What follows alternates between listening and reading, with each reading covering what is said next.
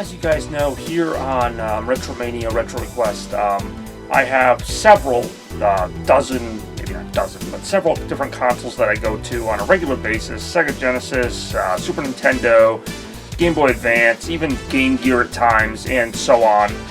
But no other holds a bigger special place in my heart than this one here, the SEGA Dreamcast. Everything from its weird disc whirring noises to its just basic design to these really innovative controllers. Just everything about it, including the fact that it's made by my favorite company, Sega. This is just my favorite gaming console of all time. And whenever I think of retro gaming, it's not that I like it because it's old. It's because I remember a time when it was still new. It's because I remember being genuinely blown away by these graphics and what these boxes could do. And even though they've been outpaced by newer boxes and newer technology, I still don't think that makes the memory of them any less special. But rather than going on some big rant about how much fun I think the Dreamcast is, I thought it would be better if I had somebody else do it for me.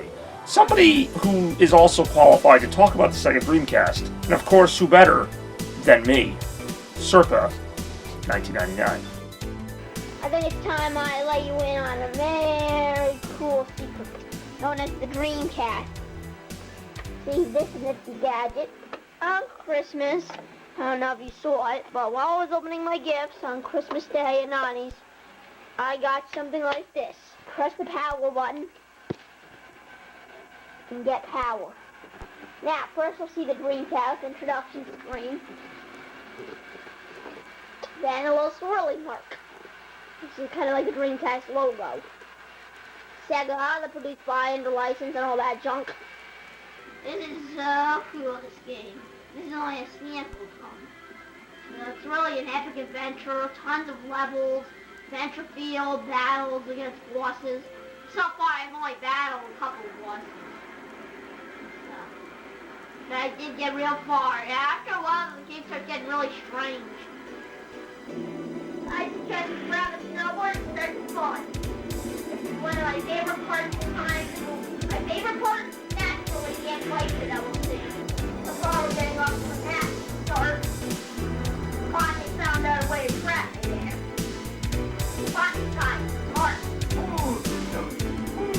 And if I can get us to the final battle very end of my adventure, it gets smarter.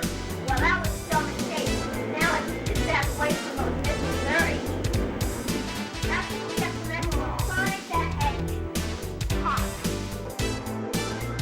So far, I'm thoroughly enjoying this adventure.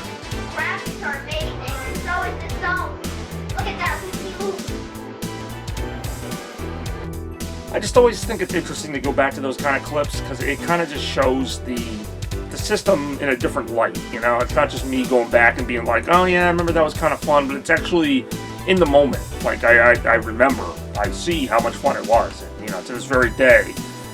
Retro Request Party has seen so many appearances of Sonic Adventure and Sonic Adventure 2 on the Sega Dreamcast, along with some of the other great games the Dreamcast has had to offer. And, you know, it's a freaking retro retrospective with me. Of course I was going to have a Sega Dreamcast part of it. What did you expect? It's me. It's Chaos Blur. Get used to it. Sega. All day, every day. To be this good takes ages. To be this good takes Sega.